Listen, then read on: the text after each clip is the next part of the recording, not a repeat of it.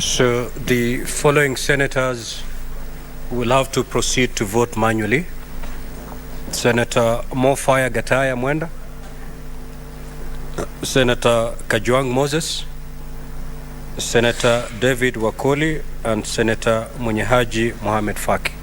Kindly proceed to vote manually so that we conclude this exercise.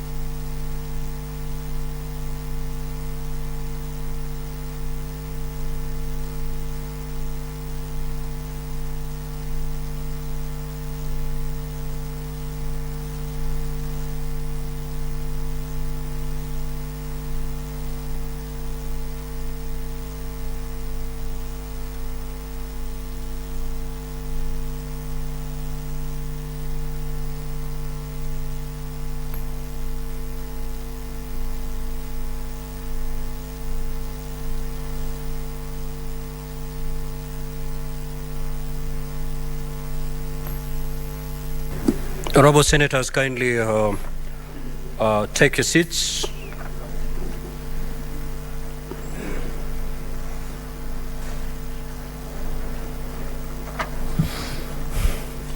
These are the results of the division vote. Ayes 32, nays 0, abstention 0. So the ayes have it. A bill for an act of parliament to provide for production, processing, marketing, and distribution of cotton in Kenya, its products, establish the Cotton Industry Development Board, provide a framework for cotton farming, ensure value addition in cotton and its related products, and for connected purposes. The Sergeant at Arms, kindly proceed to withdraw the bar and open the doors.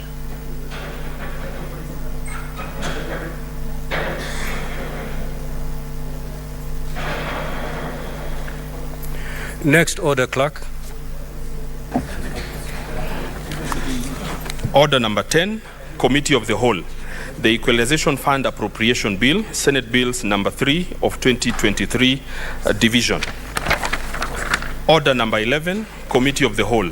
The County Vocational Education and Training Bill, Senate Bills number 3 of 2022, Division. Yeah.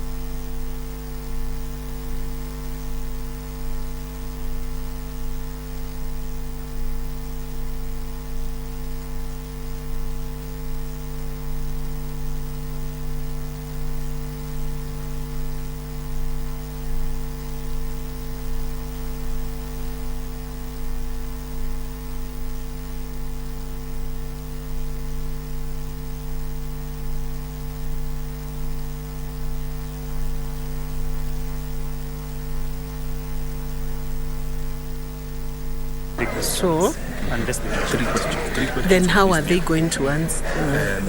The question will be put.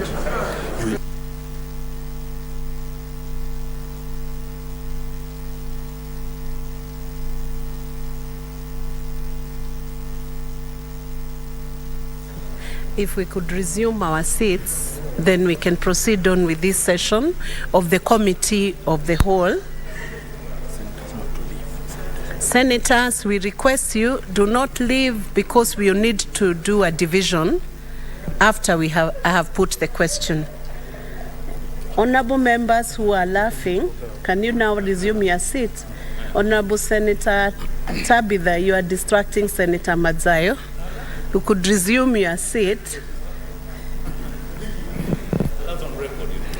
Honorable members, on 24th May 2023,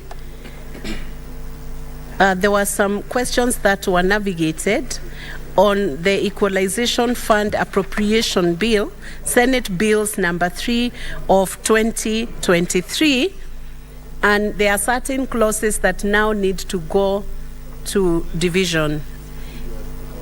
On the first clause that needs to be put to division, I want to put the question now.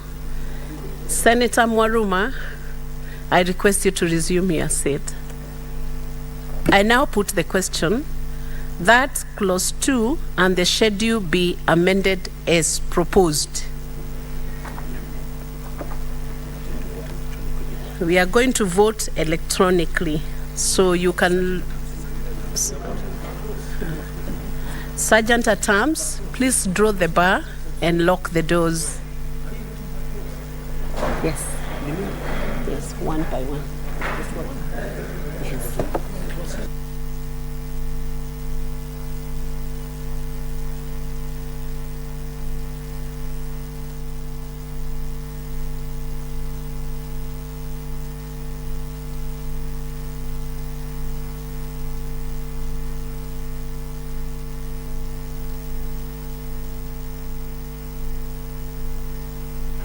So we can now proceed.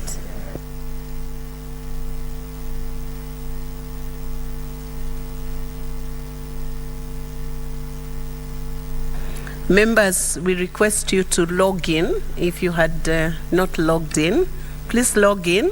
Voting is electronic. Log out and then log in again. Sergeant at arms, please be alert to take out any card that is not supposed to be logged in.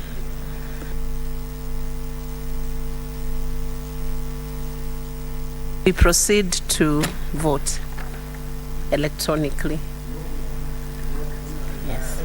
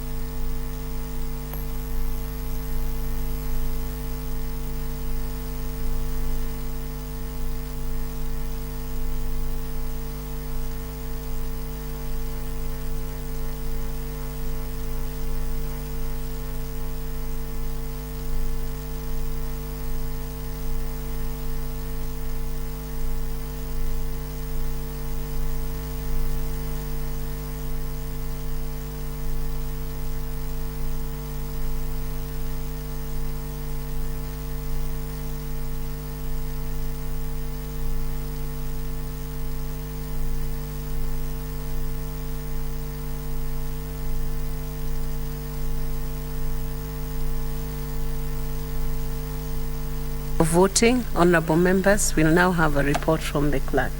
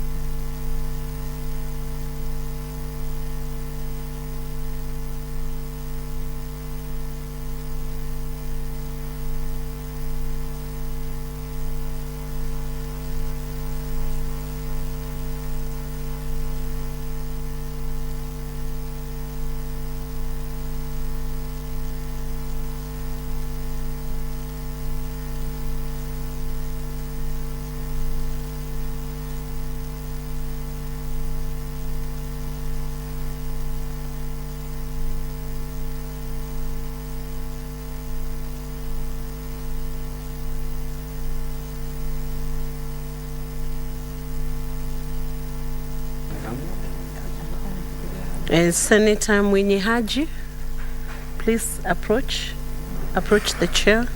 Senator Karungo, please come and vote manually.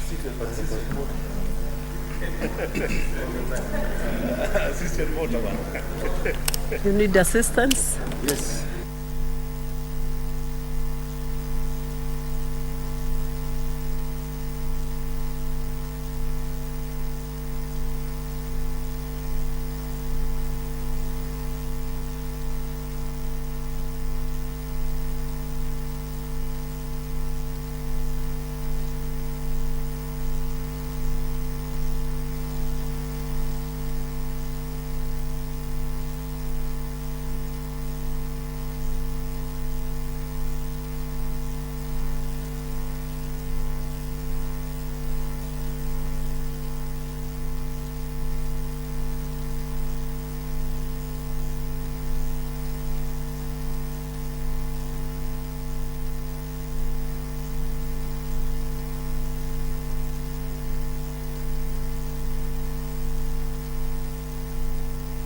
Honorable Senators, we are going to the second set. I put the question that Clause 2 is amended, Clause 3, Clause 4, Clause 5, Clause 6, the schedule is amended, the title and Clause 1 be part of the bill.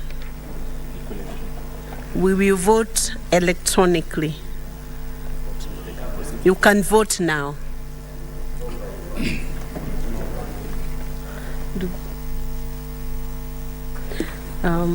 You don't need to log out, just vote. The system is set.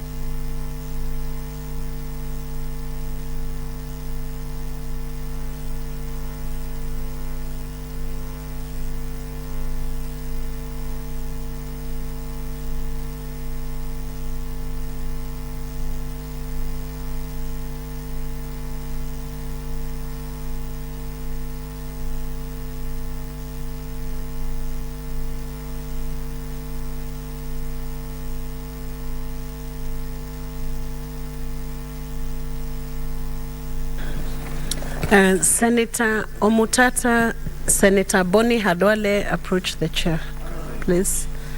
Come and vote manually.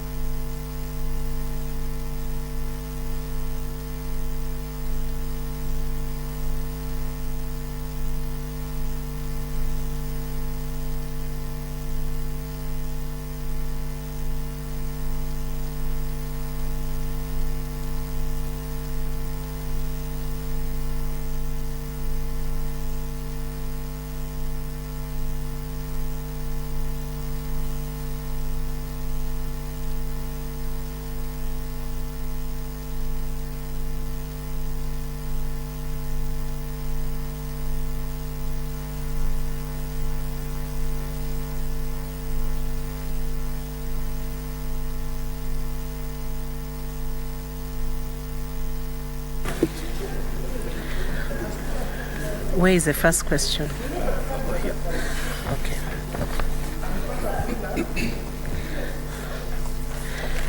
Honorable members,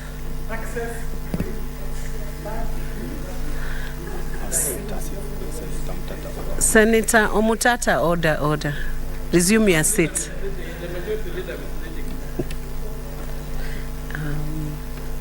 Honorable Senators, the voting has been completed, and on the first question, the ayes, those who voted in favor of the ayes had 26 votes. The nays have 1 vote. Abstentions is 0.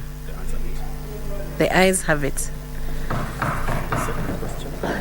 On the second questions, those who voted, the ayes had 27 votes and the nays had 1. Abstention 0. The ayes have it. We will report before we go to the next bill. So, Chairperson, please come.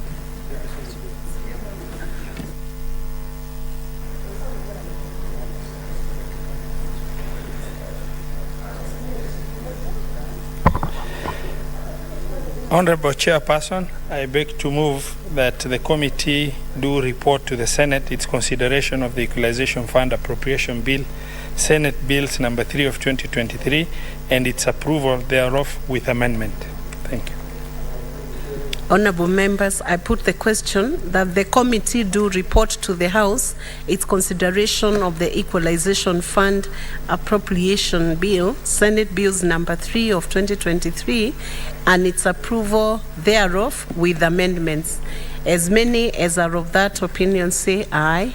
Aye. As many as are of contrary opinion say nay. The ayes have it. We are now going to the next bill.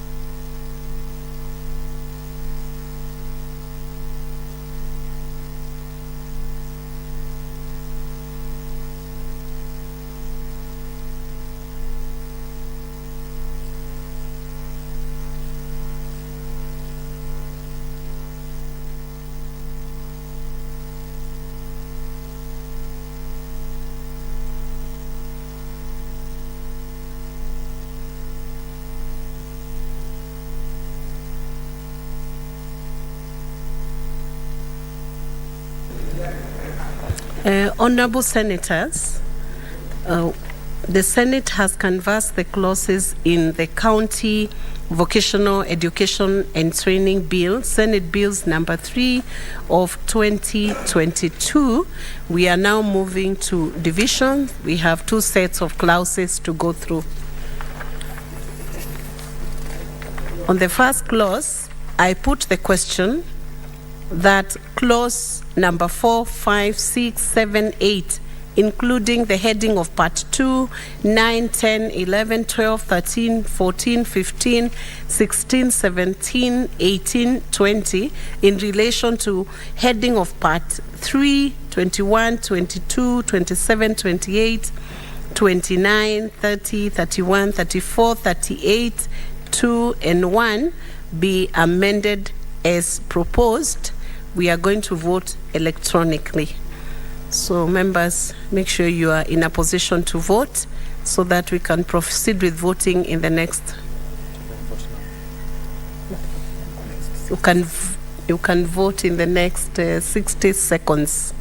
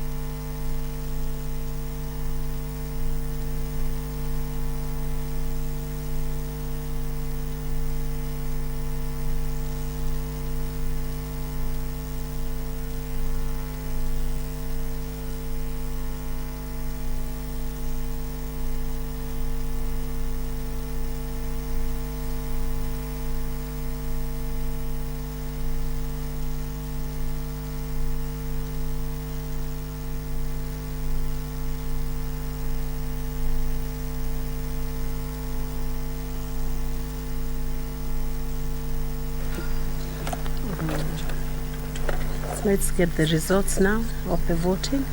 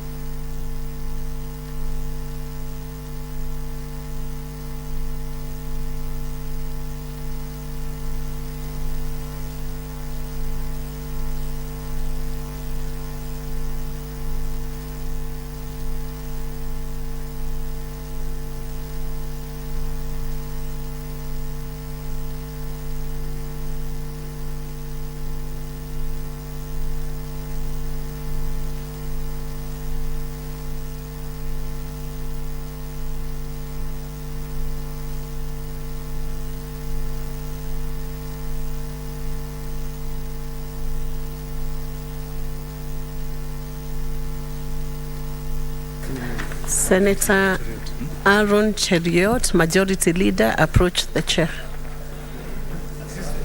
Assisted voter.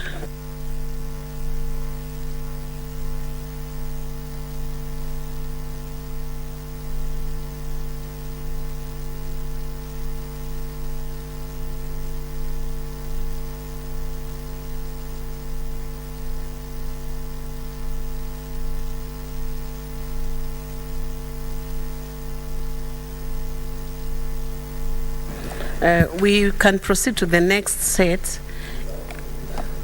Honorable Senators, I put the question that Clause 3, Clause 4 is amended, Clause 5 is amended, Clause 6 is amended, Clause 7 is amended, Clause 8, including heading of Part 2, is amended, Clause 9 is amended, Clause 10 is amended, Clause 11 is amended, Clause 12 is amended, Clause 13 is amended, Clause 14 is amended, Clause 15 is amended, Clause 16 is amended, Clause 17 is amended, Clause 18 is amended, Clause 19, Clause 20 in relation to the heading of Part 3 is amended, Clause 21 is amended, 2 is amended, Clause 23, Clause 24, Clause 25, Clause 26, Clause 27 is amended, Clause 28 is amended, Clause 29 is amended, Clause 30 is amended, Clause 31 is amended, Clause 32, Clause 33, Clause 34 is amended,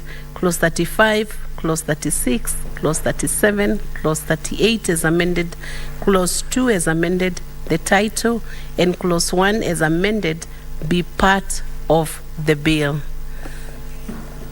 Ready to vote? You can proceed to vote.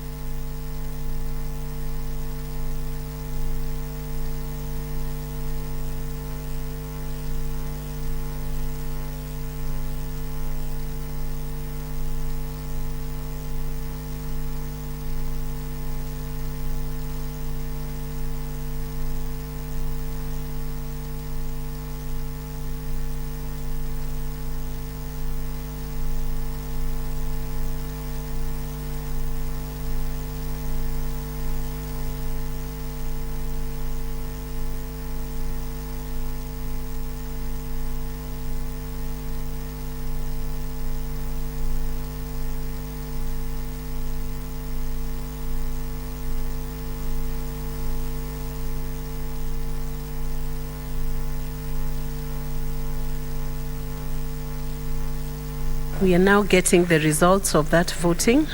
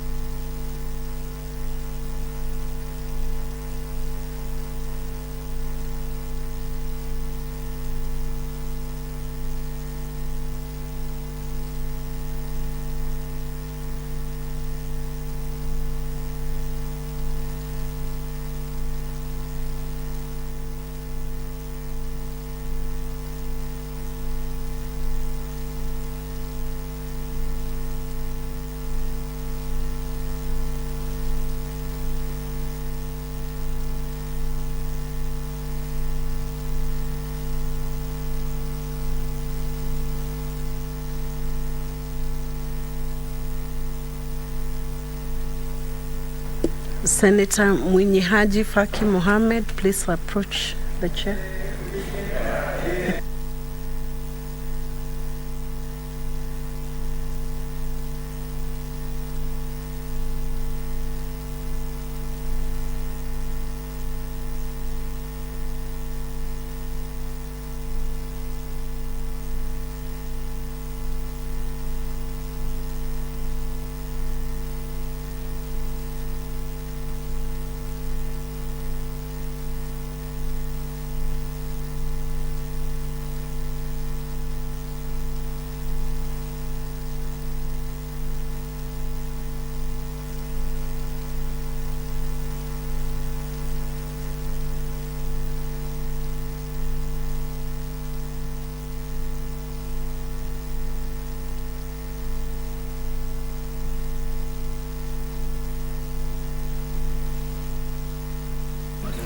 Senator Mazayo, approach the chair, please.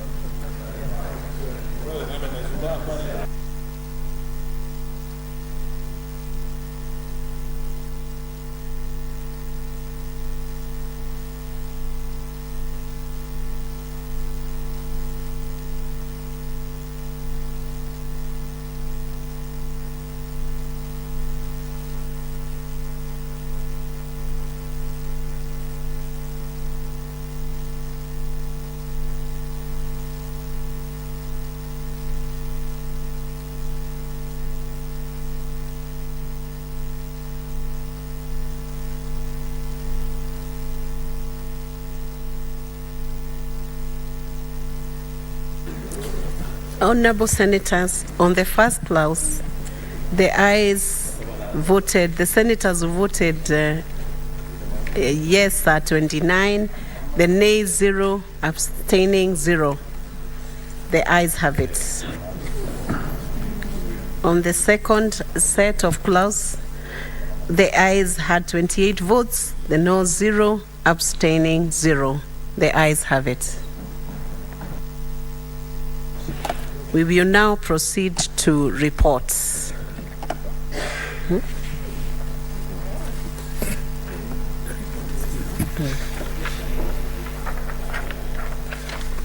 So I call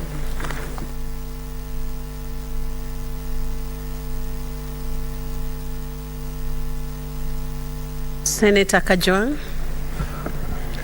Honorable Chairperson, I beg to move that the committee do report to the Senate its consideration of the County Vocational Education and Training Bill, Senate Bill number 3 of 2022, and its approval thereof with amendments. Honorable Senators, I put the question that the committee do report to the House its consideration of the County Vocational Education and Training Bill, Senate Bills number 3 of 2022, and its approval thereof with amendments. As many as are of that opinion say aye. Aye. As many as are of contrary opinion say no. The ayes have it.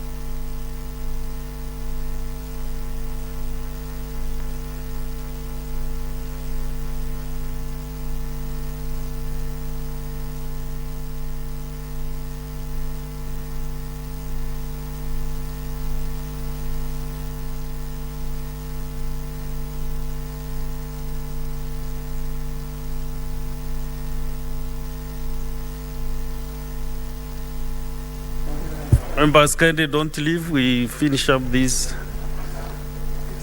business.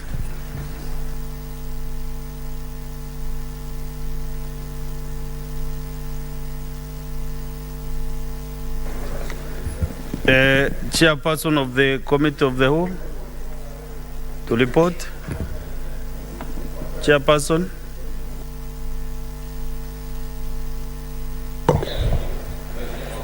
Honorable Speaker, I beg to report that the Committee of the Whole has considered the Equalization Fund Appropriation Bill, Senate Bills number 3 of 2023, and its approval thereof with amendments. Thank you. Who is seconding? I request Senator Medhu second. Senator Medhu. What are you seconding, Senator Medhu? You know, Mr. Speaker, Veronica Maina has been my Secretary General, so whatever she says, I have to second.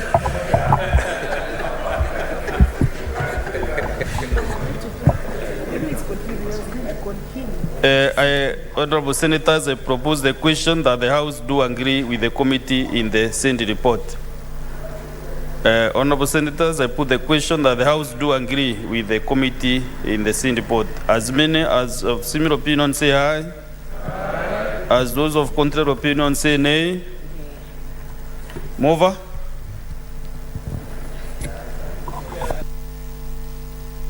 The ayes have it.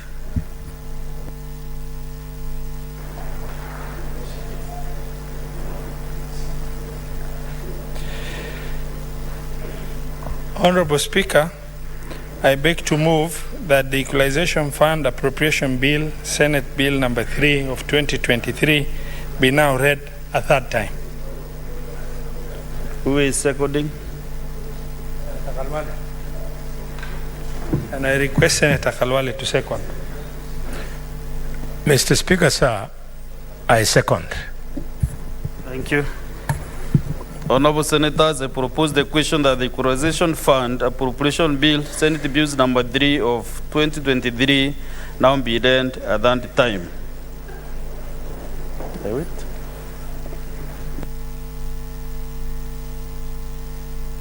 There is no senator interested to make a comment. Therefore, I put the question that the Equalization Fund Appropriation Bill, Senate Bills number 3 of 2023, be now read at that time.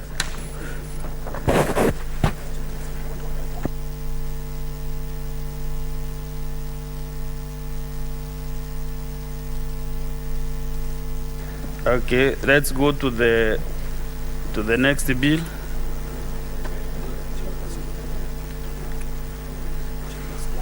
Chairperson.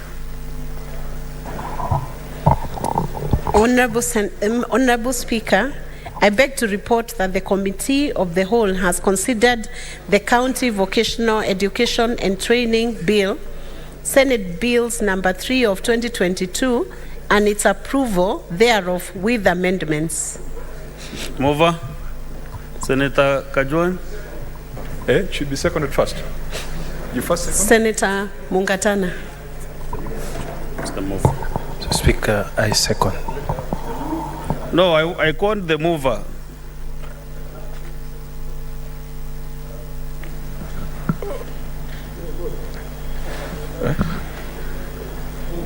Move, the Senator Kajwan. I'm waiting for you.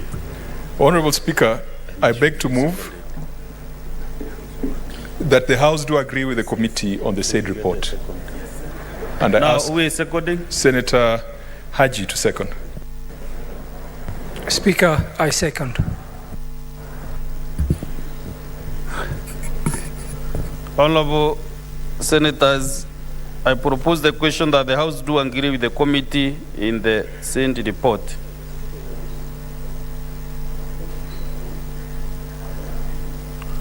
I put the question that the House do agree with the committee in the same report. As many as of similar opinion say aye. Aye. As those of contrary opinion say nay. The ayes have it. Move again. Senator Kajwan, you are the mover. Senator Kajwan.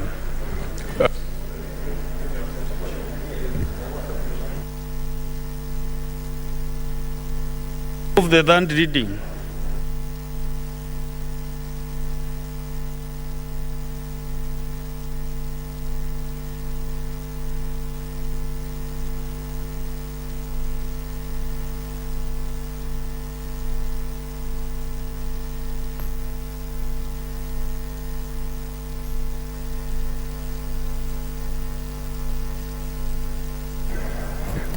Honorable Speaker, I beg to move that the County Vocational Education and Training Bill, Senate Bill number 3 of 2022, be now read a third time, and I'll ask Senator Sifuna to second. Senator Sifuna. Thank you, Mr. Speaker. I second.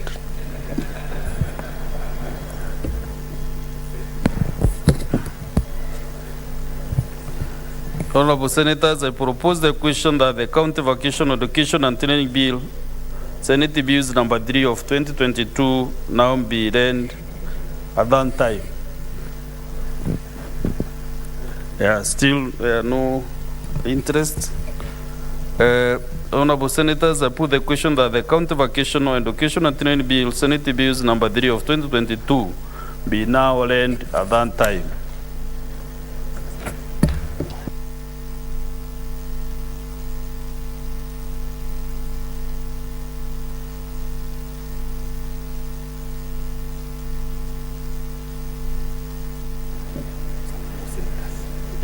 Let us have the quorum bell belong for 3 minutes.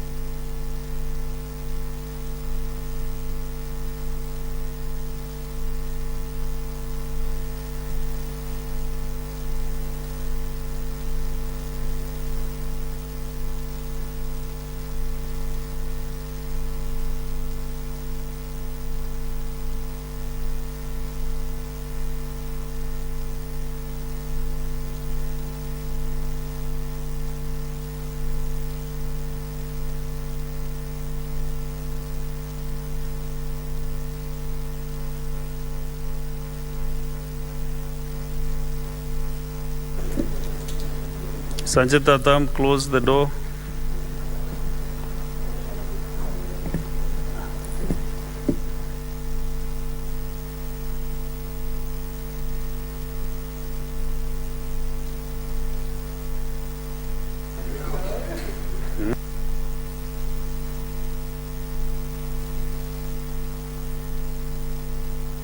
Sanjay Tatam also drew the bar, kindly.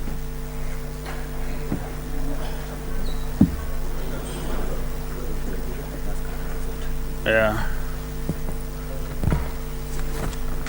So, honorable senators, we are now on the Equalization Fund Appropriation Bill, Senate Bills number 3 of 2023.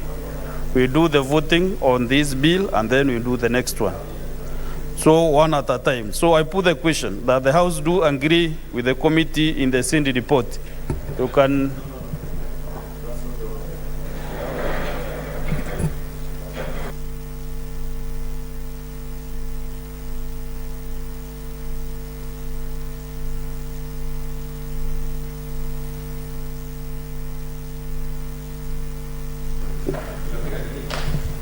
So I put the question that the Equalization Fund Appropriation Bill, Senate Bills number 3 of 2023, be now read at that time.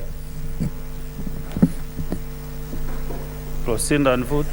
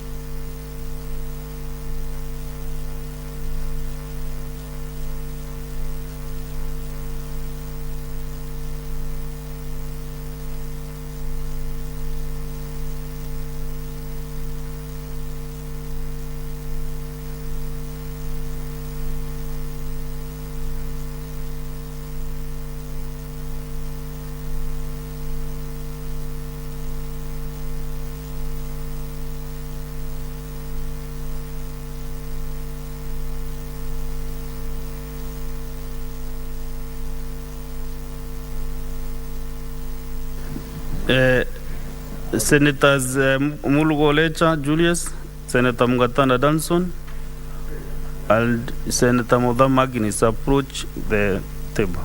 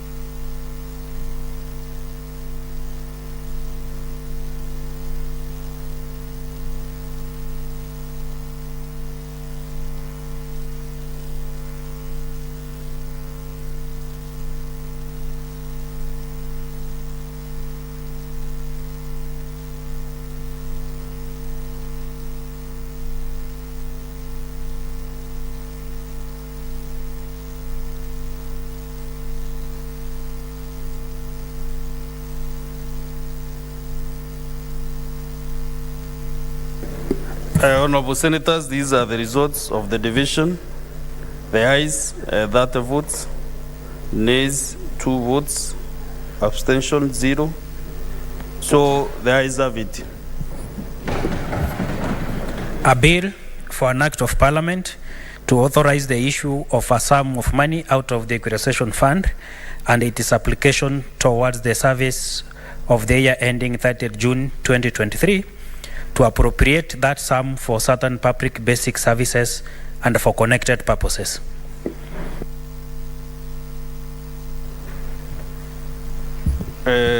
Let's go to the second and last division.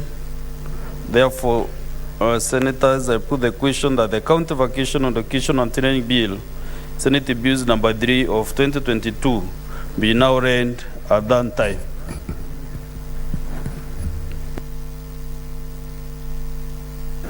Proceed and vote, Senators.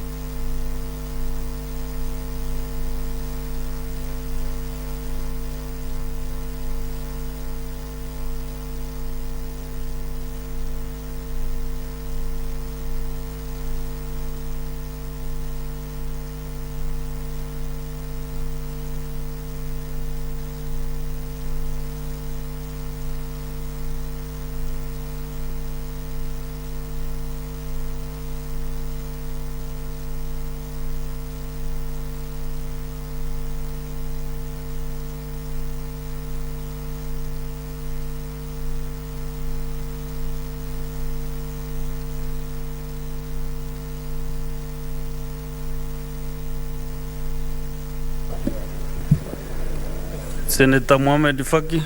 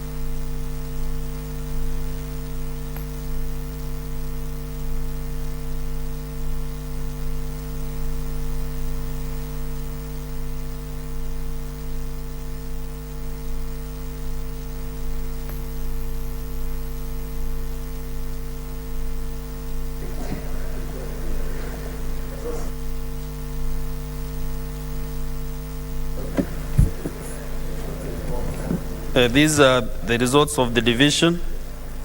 The ayes, that the 2, nays 0, abstention 0. So the ayes have it.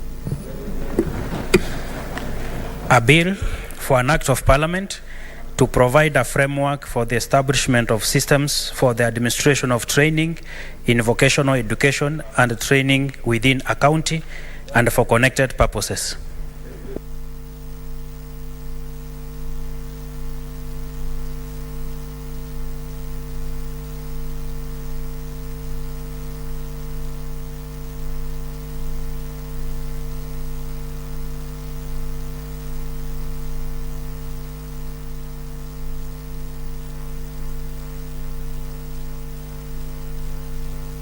Open the doors. And we are now back to statements. We get the statement under 53-1 from Senator John Mbugua.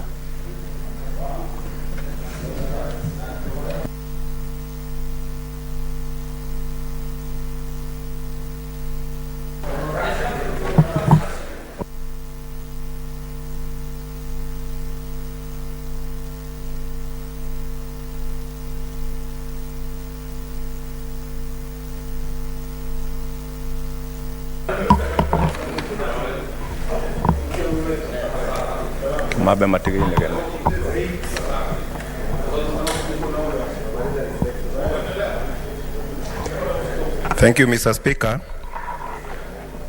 Mr. Speaker, sir, I want to seek your indulgence that we defer this statement because whatever I had forwarded and what is here is differing substantially. So I request we defer this statement, please. Very well. Statement deferred. Next is Kitui County Senator Enoch Wambua.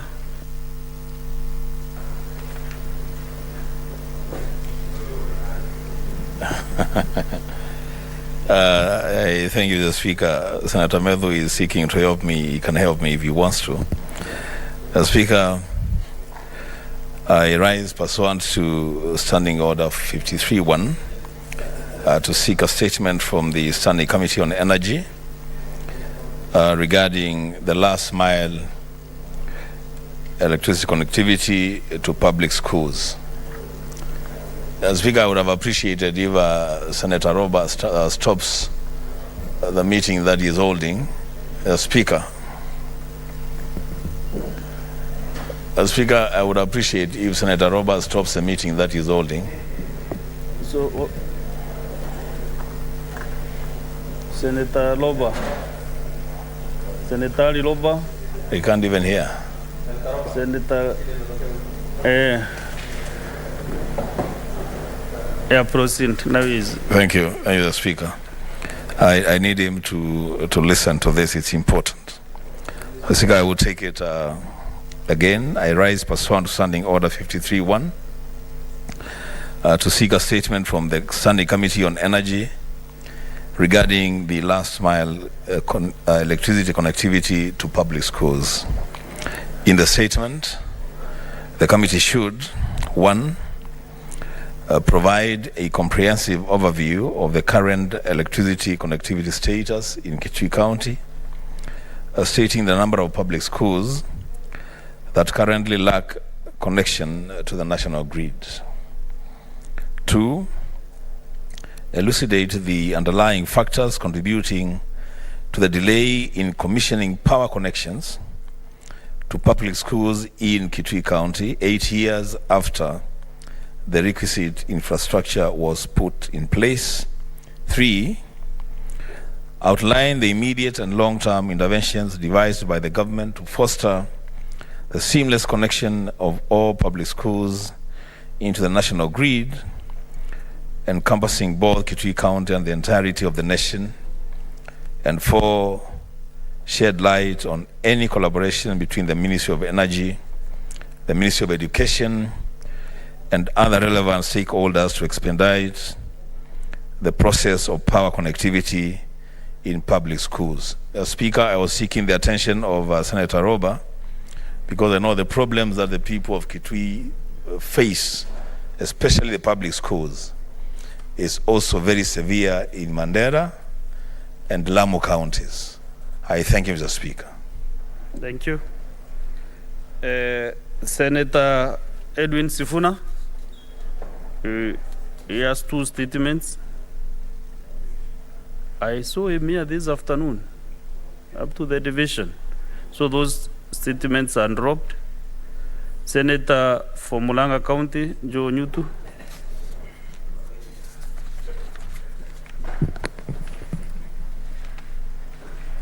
Thank you, Mr. Speaker. I have 3 statements to make, and going to start with the most important one, affecting dairy farmers in Murang'a. Mr. Speaker, sir, I rise pursuant to Standing Order 53-1 to seek a statement from the Standing Committee on Trade, Industrialization and Tourism on the circumstances that led to the closure of Murang'a County creameries in Murang'a County. In the statement, the committee should, 1, state the reasons for the closure of Murang'a County creameries in Murang'a County, indicating plans in place, if any, by the county government to revive the factory.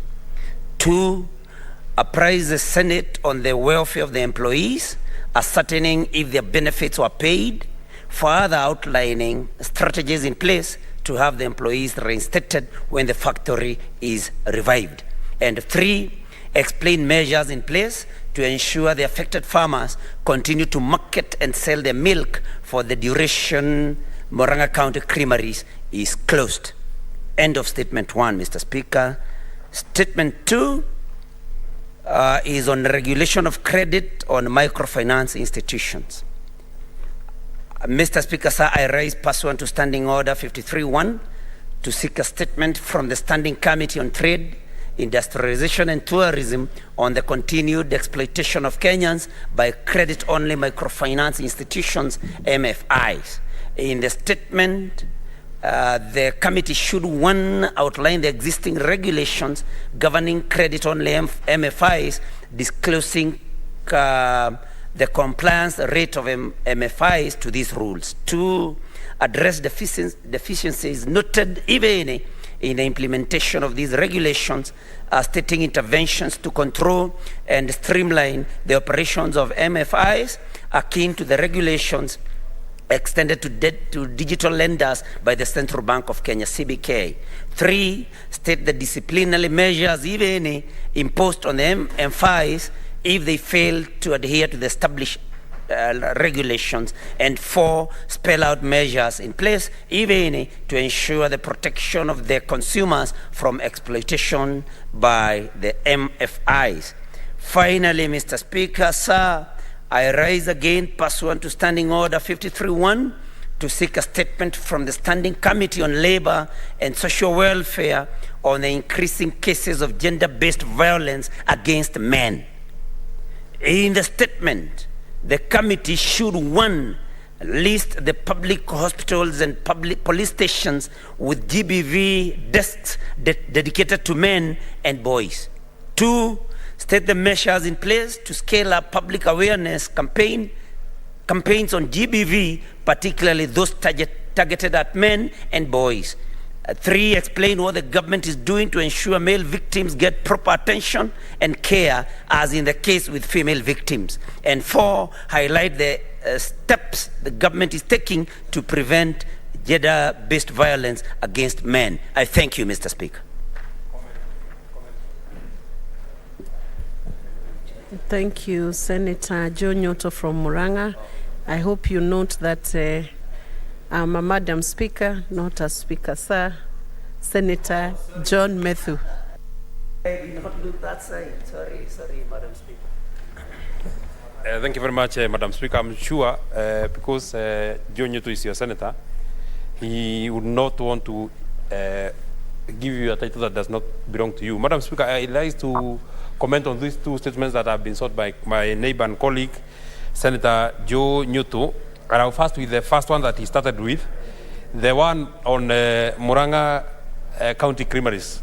Madam Speaker, those of us who come from agricultural counties, we are strongly opined and we believe that the breakthrough for our farmers will come when we shall start processing our produce. Madam Speaker, as it is the case for Nyandarua, the leading producer of potatoes in the Republic, we look forward to having the county government of Nyandarua do a potato processing plant in the potato growing areas. So it's such a very sad state of affairs, Madam Speaker, that this landmark government entity of Murang'a County Creameries, which we all feel very proud, because it came at such a point when milk was being bought at very, very low prices, Madam Speaker. And it really injected the market and processing of milk, and the people of Murang'a have been very big beneficiaries from this particular creamery. So, Madam Speaker, it is not and it should not, and I want to believe, because the answers will be made by the committee that you commit. I would want to hope, Madam Speaker, that this creamery has collapsed, not because the governor who launched it left, because there must be continuity of service, Madam Speaker. It cannot be that taxpayers' money is used, and myself and Senator Sifuna sit in the Public Accounts Committee. We always insist there is perpetuity of offices. It cannot be that when a governor leaves, he lives with his legacy, he lives with his dreams, he lives with everything, and public money has been spent. So this matter should be, it's not even a matter of the county government of Murang'a alone, Madam Speaker, because this creamery affects the prices of milk in the entire region. It affects Nyandarua, it affects the leading producer of milk, Kiambu, it affects all of us. So we must get to know whether what plans have been placed by the county government of Murang'a for reviving the creamery. My second and last comment, Madam Speaker, is the statement that he has sought on the increasing cases of gender-based violence. And he is very specific on men. Because, Madam Speaker, every time there is gender-based violence against a man, people make a joke out of it. And the way we have been made, Madam Speaker, if you find, for whatever reason, a man is being abused, or it has come to the attention of the public that a man is being abused, you can imagine how much more that man has had to bear in silence for the time, before this thing comes to the public. So, Madam Speaker, as we campaign against gender-based violence for women, I think it is time now we also speak about the men. Every time there are campaigns for the girl child, but the boy child is always forgotten. Madam Speaker, this is a very, very, very timely statement. I would be very, very interested. If the senator for Nyeri was here, I'm sure he would have been a very, very interested party in this particular matter. But what's your point of order?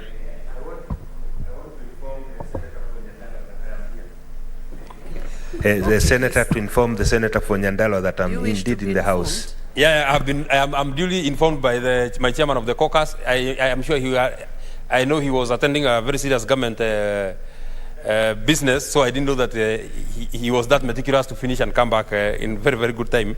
But the point that I was making is that, especially from our region, every time a case comes up, it will most likely be from Nyeri, then another one from Kirinyaga, then remotely from Nyandarua, because all of us are settlers from the other counties.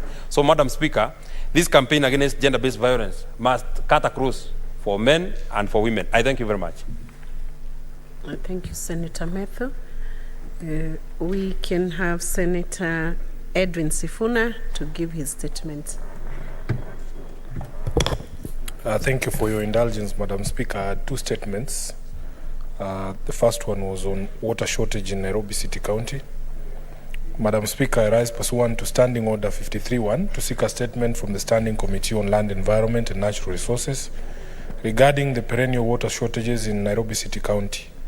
In the statement, the committee should state the measures by the Nairobi Water and Sewerage Company, NWSC, to effectively resolve the perennial water shortages experienced in Nairobi City County, particularly in Langata constituency, Embakasi area and the Central Business District, while giving timelines that have been set to address the problem.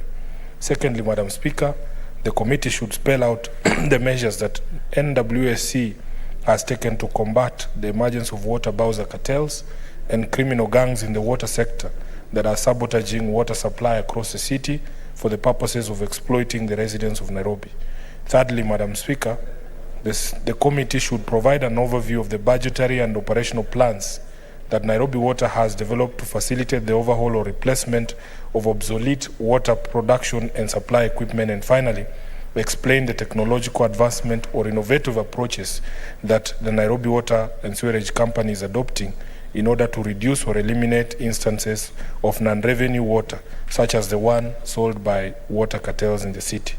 Madam Speaker, with your permission, I would like to read the second statement on the destruction of property in tea estates belonging to private investors in Kericho and Bomet counties. Madam Speaker, I rise pursuant to Standing Order 53 to seek a statement from the Standing Committee on National Security, Defense and Foreign Relations regarding the destruction of property in tea estates belonging to private investors in Kericho and Bomet counties. In the statement, the committee should state the role, if any, played by any local leaders, security officials and respective employee unions in Kericho and Bomet counties in dissuading or encouraging the destruction of private property owned by tea estate farms.